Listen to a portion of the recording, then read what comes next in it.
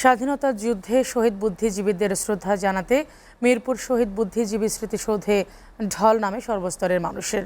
সবার চাওয়া শহীদদের আত্মত্যাগের মন্ত্রে উজ্জীবিত হয়ে গড়ে উঠুক নতুন বাংলাদেশ, স্বাধীন বাংলাদেশ হোক উন্নত, সমৃদ্ধ এবং মানবিক মর্যাদায় ভরপুর।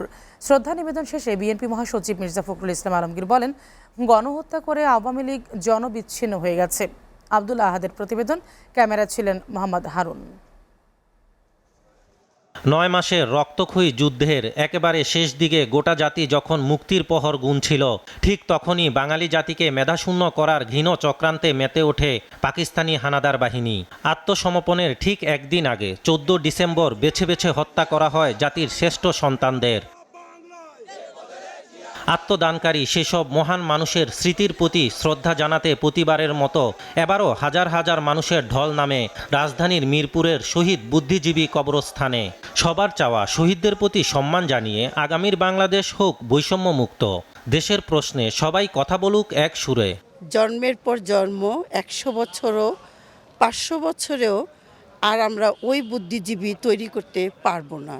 আমাদের দেশ স্বাধীন করতে যে বুদ্ধিজীবী বা যারা জ্ঞানীগুণী তাদের যে অবদান আছে, এটা সম্পর্কে বাচ্চারা এখন থেকে একটু আর কি নলেজ নিল। অনেক পেশার মধ্যে সম্ভবত সবচাইতে বেশি ডাক্তাররা এফেক্টেড হয়েছে। ডাক্তারদের অনেক বেশি ভূমিকা ছিল বাংলাদেশের স্বাধীনতা যুদ্ধে।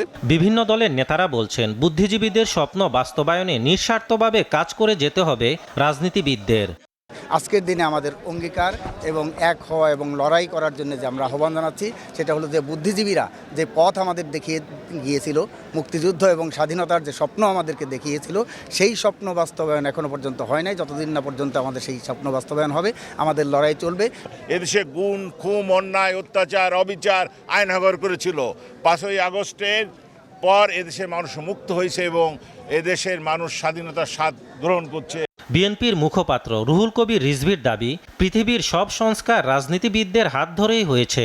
যে অন্তর্বর্তীকালীন সরকারের প্রতি সমস্ত গণতান্ত্রিক রাজনৈতিক দল সমর্থন দিয়েছে, তারা যদি এরকম রাজনীতিবিদ এবং সুশীল সমাজ এরকম বিভাজন রেখা টানেন, এটা এই দেশের গণতন্ত্রকে শক্তিশালী করার ক্ষেত্রে, এইটা প্রতিষ্ঠা করার ক্ষেত্রে এক ধরনের জটিলতা তৈরি হয়। শ্রদ্ধা নিবেদন শেষে বিএনপি মহাসচিব মির্জা ফখরুল ইসলাম আলমগীর জনগণের ইচ্ছা অনুযায়ী দ্রুত নির্বাচন দেওয়ার দাবি জানান। যারা জনগণ থেকে সরে যায়, যারা গণতন্ত্রকে হত্যা করেছে, যারা মানুষকে হত্যা করেছে, গণতান্ত্রিক স্বাধীনতা মানুষদেরকে যারা স্বাধীনতায় বিক্রি করে দিয়েছে, তারা অবশ্যই জনগণ থেকে বিচ্ছিন্ন হয়ে গেছে।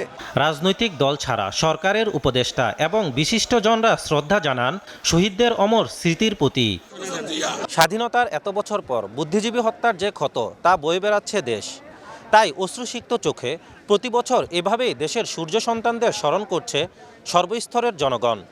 আব্দুল আহাদ, এসএটিভি, ঢাকা।